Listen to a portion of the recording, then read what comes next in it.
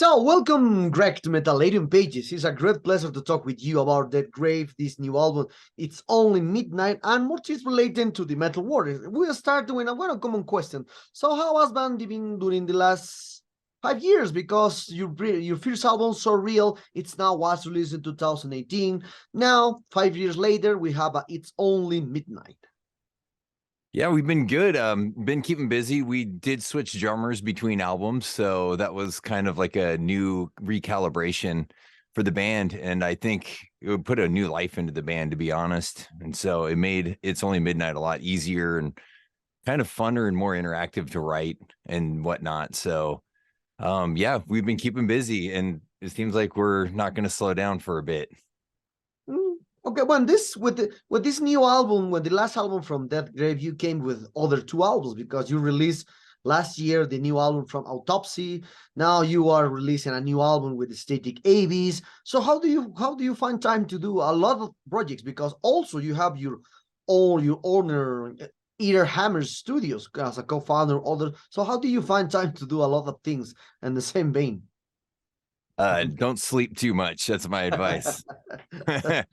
Yeah, no, I definitely feel like scheduling is a big part of it. I do have the advantage of owning a recording studio, so it does make it a little easier for me to balance I guess you would say, the pleasure side of recording my own bands as well as recording, other bands that I'm not in, because they have their own timelines. So just kind of fit it all together, and yeah, don't sleep too much, and you're pretty much set. So. Okay. Talking about now the pandemic, etc. Because I think It's Only Midnight was composed and written during the pandemic. I think you have more time to do a new album with Deathgrave or to compose and written. So this new album was composed and written during the pandemic, or perhaps was before the pandemic when So Real It's Now was released. Yeah, so when we did It's Only Midnight, we did start, actually, when we tried out our current drummer, we actually had a song written that is on the record, The Rats Are Back, as like a tryout to see how how it would work with if we threw our riffs at a new drummer, how they would treat it and if we would like it or not. Turned out we really liked it. So we actually started writing It's Only Midnight before the pandemic, and as everyone, it kind of slowed everything down pretty, a lot at first, but it did kind of give, I think, a lot of time for the albums to kind of develop a different sound, as the other half of the album was getting written during the pandemic. It kind of did give us a good recalibration of what do we want to do sound wise. Let's shake it up now that we have a new member in the band that plays differently. So yeah, I don't know. I mean, I like probably everyone else sat around and played guitars and bass constantly during the pandemic because it was really fun and kind of, it was something to keep our, idle hands busy while we're all sitting locked inside our own houses. So I think that it really did kind of helped, I think, on it. And it actually did create a quicker workflow, because I do feel like, as you mentioned, I've been kind of kicking albums out, of my own bands a lot quicker than I would before the pandemic. And I think part of that is just learning how to schedule better. You actually get a break after, I started the recording studio in 2004, and I pretty much just scheduled, if I saw a hole, I just would fill it. And I just did that for, the first 15 years or something.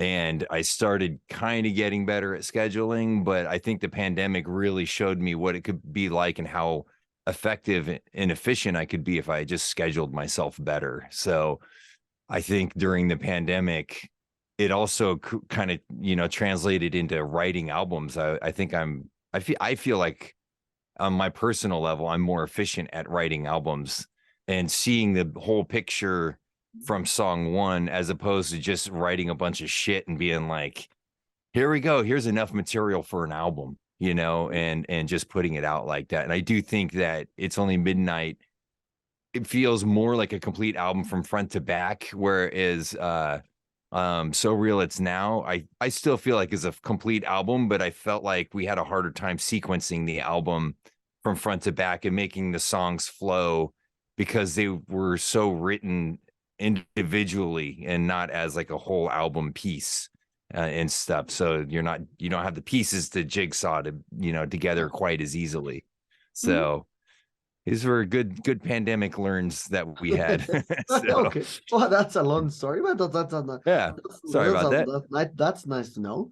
So other aspect about the Deathgrave is that you start the career, you start the band in 2014, but you start the band with a splits, demo, EPs, a lot of splits, 4 splits for a band is a very curious because 4 splits with the treasures, augurs, endorphin, lost, violation, wound. So, and now 4 years later, you release your first album. So why did you decide to start a band with this kind of aspect, with the splits? Did you have some special thing? Did you find some special thing to record just splits before the album? I think for Deathgrave, that's what we needed. The first drummer was new to, like, he was not really in bands before, so it was easier to make small commitments and just say, hey, let's bang out 8 or 10 minutes of music. So that was part of it, but I think part of it too is that I come from, I've been in bands for 30 years. Fern's been in bands for 30 something years. Like, we've been in bands forever. Andre has been in bands and now Clint for decades. And the thing is that I know that, especially in the 90s, I remembered it's smarter to put something out before you go and just tackle a whole album, because once you start putting albums out, that is when you start to find your stride and sound as a band. And we were still looking for that. Like, what do we sound like? And if you go back to Dead Pressure and you listen to that to, like, It's Only Midnight, you'll still hear a similar songwriting vein, but you'll definitely notice that we were still kind of fishing for our style of music. So I think that was, I love it when bands have a demo first and then they do, they put something out. So I think Deathgrave made a conscious decision to do that, to put some stuff out and kind of shake out our sound. So, Okay, well, there's a curious thing that you said about when you start the way that you start to hear to hear music, because at the 80s or 90s the bands create demo, then their new album, or perhaps on a first EP, who knows, no? But the curious thing is now the demo doesn't have the same impact compared to the 80s and 90s. The demo now is just more for personal discography of the band, and now just not externally. I don't think now, since 2010 the people didn't listen more demos areas. It's more like promos, like 2 songs, like 2 singles. So what's your opinion about now? This is the music industry changed over the years with this aspect. No demos are now related, and even the labels not need demos. Now the labels need the full record recorded, produce, master. So what's your opinion about now this completely music industry change? So I do agree with you on a lot of it. I think that is, demos are kind of irrelevant, especially in the metal world. Maybe in the punk world, it's still more relevant, but I do have to say that I have, as a recording studio, recorded demos where bands are just, because it's still bookers and stuff. If you're trying to tour, and this is a thing, Deathgrave toured within a year of being a band, we were already touring. That demo was something that A, we could sell on the road, and B, more importantly, bookers are like, what do you sound like before I book you, right? So it was kind of more of a just get the shit on Bandcamp, make some tapes. But I've had, as a recording studio, I've had bands do demos because they want to get their name out there and get the shows. And labels finding the demo and actually just putting it straight to wax as a full album and stuff. And this has happened quite a few times. There's multiple bands like on 20 Bucks Spin and stuff where Dave is like, I really like that band. I'm just gonna put it out and it's an album, because they're full-length demos that are like 35 minutes long or something, and so it can still work in the 80s and 90s fashion like that, but like you said, for the most part, just write an album and do it, and stuff, and get out there. So my opinion is, I think it makes sense because digital's so big now, you know. I don't, Yeah. you know, in the 80s and 90s, there was no Spotify, there wasn't even a YouTube, you know. So it was a different thing, and I felt like it was more impactful in the, you know, the underground tape trades and all that stuff. It was kind of like an exclusive book club or something where you're trading with these unknown people that are friends that could any day be playing your town and maybe blow up and become a household name you don't really know. And so, you know, I think the difference is I think it's cool now that you just can just make an album right away, but I do kind of miss watching bands, you know, kind of evolve and Yeah. build up into a full length band, you know. So you know, I like both aspects of it, honestly. Mm. So, Okay. you know, Oh, yeah, yeah, I know. Other aspects about the grave sound is that a lot of people related to the grindcore stuff, and I also saw all your bands now. Autopsies are that one of the pioneers of the death metal. Brain is like sludge death metal. So now always you are related with the death metal stuff, with the different styles of sludge, grindcore, a lot of things. All and also when you play with Autopsy with the last album, your blast is like always Autopsy, like me, a feeling there's like more blues, more jazzy into there, the bass player. So why do you decide to play death metal and among other styles in the world? that's a damn good question. I don't actually know. I'm gonna say I grew up in Oakland and I just love heavy shit. You know, I feel like Oakland permeates heavy music and it got a hold of me. So, you know, I just you know, got into it in high school and I just never really left it. So that's that's it, you know, but I listen to all the classic rock and metal bands. I listen to new wave and punk and old, just whatever, prog music, rock and roll, jazz, whatever. But for some reason playing, I just love playing heavy shit. So, you know. Okay. Okay, nice. Well, other aspects about the Deathgrave is the cover art, because Surreal it's now has a very, well, had a very strike cover art, because it's very some from people it's very annoying, and a nurse there and it's cold there. The second one has a more chaos there. So it's like I think the creator of the cover art lives in Indonesia or China, because a lot of houses into there. So, Oh. so who knows? So why do you decide to create these cover arts? Are very crazy cover arts, very punch on the face cover arts. It's not like you saw like the covers from Dancy Grave, from West Wisconsin, so more related to the people dead scenarios, because you are more frontal cover arts. So the artist that has done both our albums, he's done a lot of stuff for us. He's done shirts and he actually did some of our splits as well. But he is an insane, like he's a high school buddy of our singers, of Andre's. Max Rain is his name, and he's actually a crazy art teacher, super talented. His whole family's very talented artists, and so we kind of stick with him because he is unique and different, and he can take our ideas and just put it on crack, you know, and you're just like, wow, fuck, because like we don't even really see sketches. We just here's the art, you know, when he does stuff for us.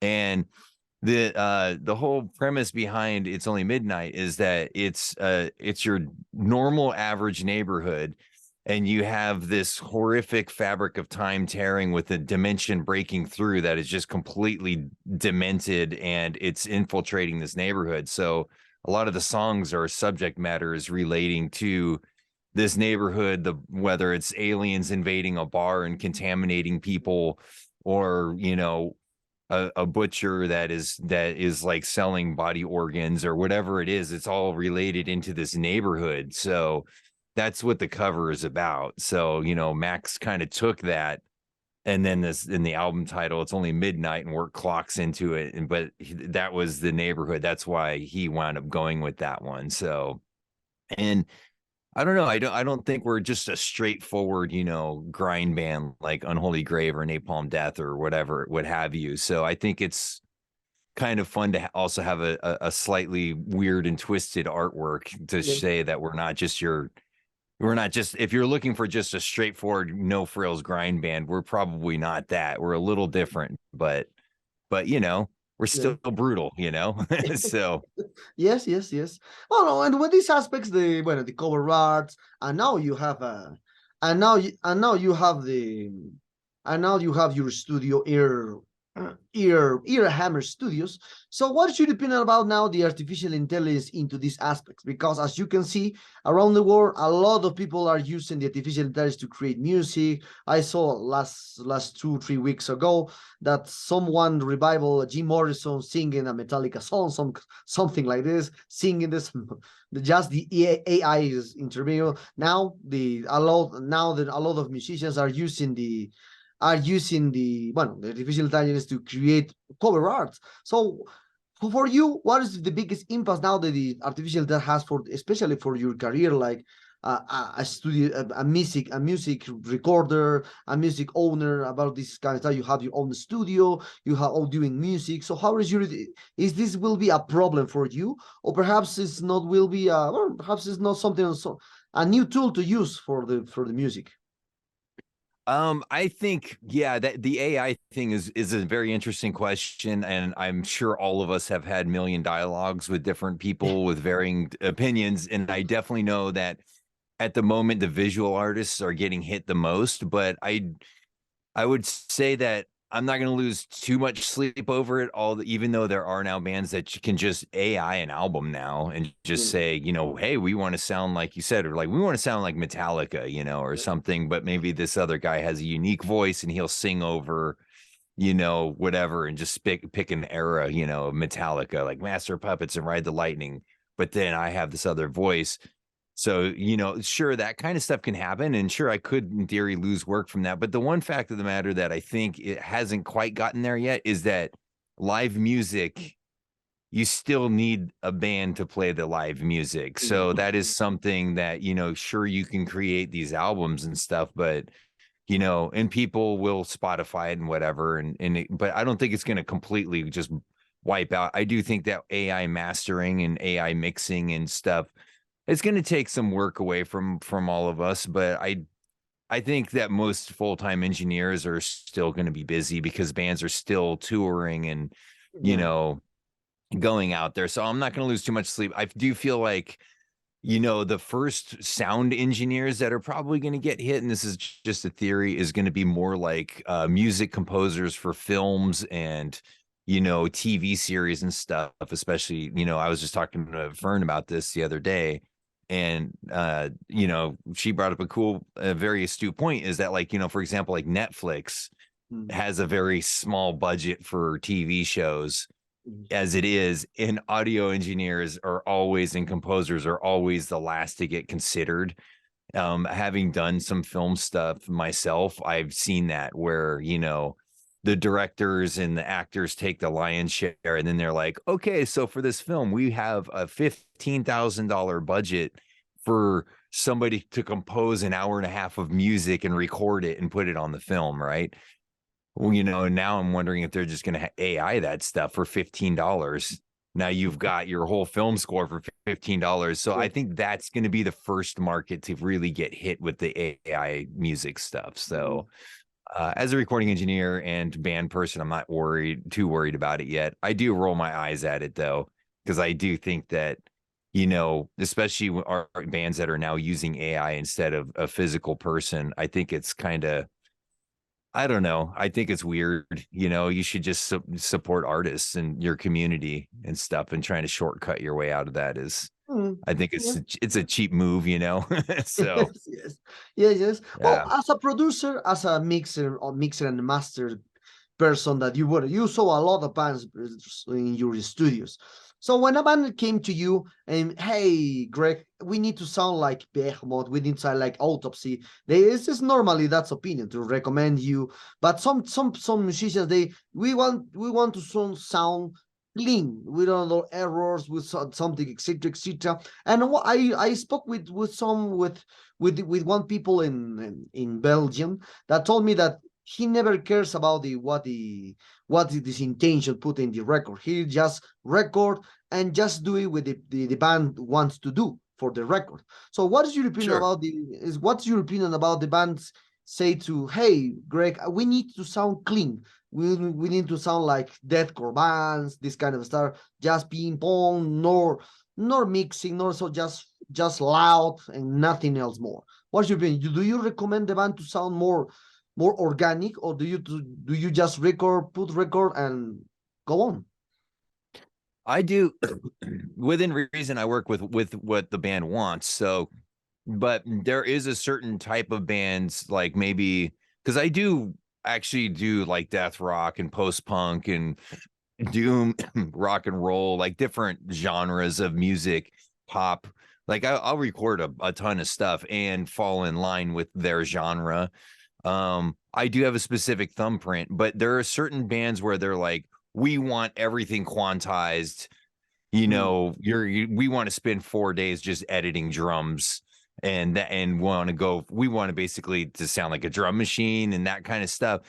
There, and then I start to say, well, you might be falling out of line of not only my interest, but maybe there's let me give you some phone numbers of engineers that actually would have a harder time sounding organic, you know, and go with that. If that's what you're listening to and that's what you want to sound like, then you should go with the people that do that, you know. Now, but that doesn't mean that everything I record sounds like Autopsy or Deathgrave. Like I record and I'm able to do stuff, you know. And so I actually like it when bands are like, hey, I want to sound like Susie and the Banshees or Bauhaus. It's a fun challenge, you know, and it's clean. It's still organic to me, but it's you know, a cleaner thing. So, you know, it's just the tech stuff. I think when they want to edit the drums and trigger everything, I'm like, you know, there's other people that do that, you know.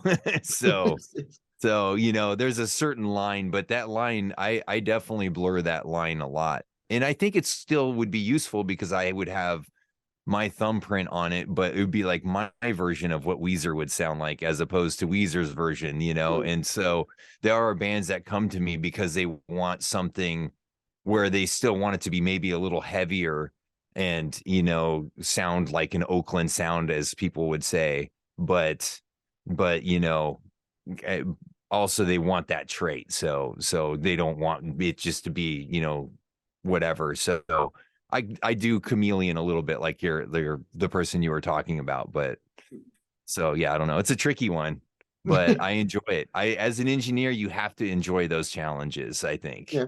Yeah. So Well, now talking about your upcoming date here in, well, no, in Mexico, and with the pre-party of the Candelabro Fest, you will play with Deathgrave and two others there. So how will be your presentation there? How are your expectations about this course? Because that day you play with Deathgrave, and next day you will play with Autopsy as a main band there. So two bands to the role. What kind of expectation do you have for this? I think the first presentation for Deathgrave in Mexico. I'm looking forward to it. I think that, you know, we did tour down there in 2017 and we had a great time. So I think we're gonna have a you know, we play fast music, and I think people enjoy fast music, you know, down there like they do up here. So I'm looking forward to it. I think it's gonna be a fucking blast. You know, every time we play in Mexico, it's really fun. I think that people, you know, we have smiles on our faces, and I think everyone else does too, you know. So it's going to be very interactive and fun, is my opinion. So okay, nice. And perhaps you will present some songs from Static Abyss, because this year, well, at the end of the month, you will release the new album from the Static Abyss, because you are playing with Chris Rayford in a new album. So how do you approach perhaps some songs from this band? You know, we do have a new album coming out at the end of the month, but we will not be playing any of that stuff just because that stuff would require more band members to do, because there's only two of us. So you know, and Autopsy's interest right now is to deliver the best fucking possible show in the world. So trying to learn a bunch of Static Abyss songs would be just a lot of deter everyone from delivering the autopsy set that everyone wants, so I think and same for Deathgrave, it would be like we wouldn't be able to squeeze that on that set either, because then we'd have to like have Chris jump on, and it'd be a lot of shit for us all to learn, I think. so Yes. but it'll be there in the world, in physical and digital format, for people to listen to who want to. And you can even look at photos of Chris and I and imagine we're playing it. So yes, other one. Oh, talking about others aspect. How do you deal with the aspect to play with one of the pioneers of death metal bands like Autopsy? Is it because how did you approach to them? Because for me, you entered to the band 2021, and perhaps before you play before perhaps you play before one date or two dates 2 years ago, before even you start a former lineup. So how do you deal with this aspect to play when one of the biggest bands into death metal world? Because I think Autopsy influenced a lot of Swedish death metal bands. Even in Tombs, Dismember, Unleash, and Grave said that the Autopsy influenced a lot of bands from there. Yeah, it was definitely a big phone call to get, when they asked me to come try out. It kind of worked out in a weird way, because I was talking to Chris about recording and what became Static Abyss. It was really just, hey, do you want to come and bullshit in this like awesome studio I have set up for a minute, and one thing led to another. Joe happened to leave Autopsy right around the same time, so the conversation was, hey, we worked well together in this Static Abyss thing. Like, do you want to come try out for Autopsy? And Eric called and said, I heard about this. You want to come check it out? And so I did. I came and jammed with them a few times and joined the band. And it was definitely a lot of like, I can't fucking believe this is happening, but I'm going to just do it, So yeah, and it felt very natural and comfortable and family to join them. I think that we're all friends. I have recorded them in past, and played shows with them in their side bands and recorded their side bands and all this stuff. So there was some kind of a working relationship with Autopsy. So I was a little more comfortable, but I still was practicing my ass off before trying out, and all the way up into playing shows with them and recording the Morbidity Triumphant. It was a lot of practicing every day for morning and night, before and after work, because I definitely didn't want to mess up. I wanted the gig, and I wanted people to listen to the new album that I'm on, knowing that they're going to scrutinize the new bass player, right? There's a new member, and so I wanted to say, hey, I'm here, I can do this, and yeah, so it worked out though, but it was definitely scary, but now it's like we're on the phone with each other every week and talk all the time, and we're writing our asses off, playing a lot of music and playing shows together and traveling a lot, and it's very fun and cool, and it feels a lot less like a job than what I've seen bands before, where it's not, I don't know. You don't feel like you're going to work when you go to practice. You feel like you're going to hang out with your friends and run through songs. So, nice. So yeah. That's true. That's true. Well, I just 1 week ago I spoke with Chris about the possibility. When he told me that the last album, the new album for the Autopsy was completely recorded. You have now the cover art, just expecting the release of the label to say one. And with this, when you play with Autopsy after 31 years of absence in Mexico and in Candelabro Metal Fest also. So in this, perhaps the new presentations from the return for the Autopsy to the Mexico, will you play some songs to the new songs, or will you mix everything of your career? That's a good question, and that is to be determined. But I do think I do not see us playing any unreleased material at the show. It is possible we will do some Morbidity Triumphant tracks, which is the one that came out last year.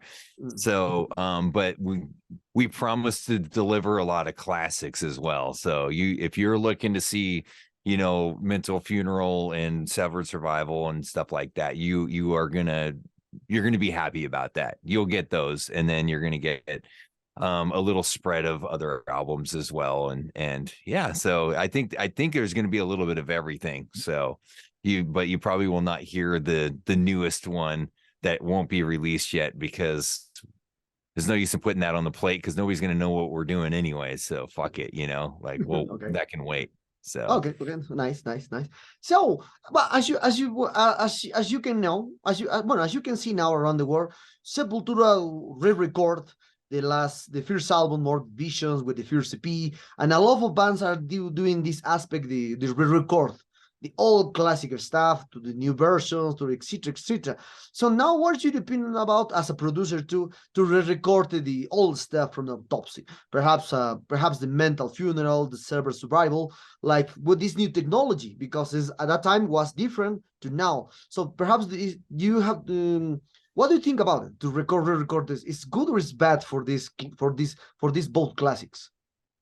I'm gonna not make an opinion about, you know, a public opinion about bands like Sepultura and stuff doing it, but I do think for in Autopsy's case, I have a feeling it would be a hard no thank you for the whole band, myself included, because I think those albums are, you know, capsules preserved in time, and trying to recreate that with different, you know, well, at least one different band member, and you know, 3 decades or whatever of separation. I don't think it's necessary, and I don't think, you know, sometimes bands will do that because they maybe have a bad contract or something, and so that's where things like that can be logical. Like maybe a dead record label owns the right to this album that is your quintessential album, and you cannot get the rights to release it, so now it's just trapped from the world, right? I've seen bands do that before, and that makes more sense.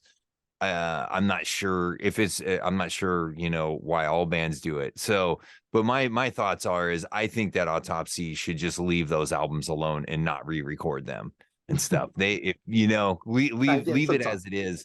We'll just write new stuff, you know, yes. and with the new technology, you know.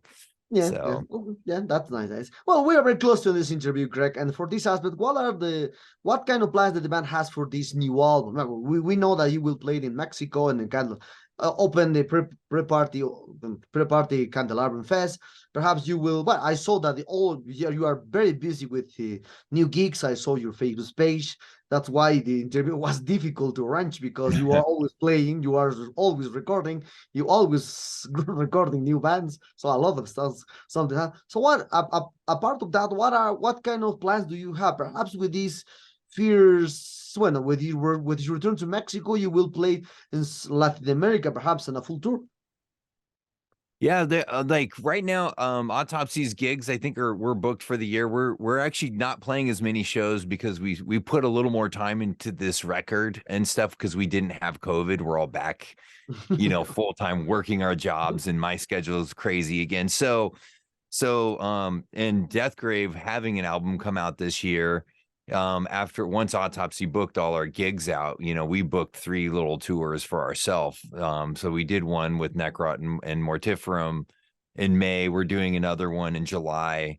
And then Autopsy flies out and plays the Netherlands. And then we're doing Mexico together, both bands. And then Deathgrave's going to stick around and do some other stuff in Mexico as well while we're down there. And then yeah, the Autopsy has a gig in Atlanta at the end of the year. So I think at that point, that's pretty much back to songwriting for the bands, is what I'm hoping for, and stuff during the whole holidays and whatnot. So you know, I kind of want to just keep making albums with these bands, and you know, and to do it while, you know, starting the writing, because this shit takes forever for everyone to get their parts written and learned and all that and stuff. So if we start doing that at the end of the year while we're booking next year, you know, and I plan to keep touring and gigging next year, so you know, spread it out. So a little bit all the time kind of thing. So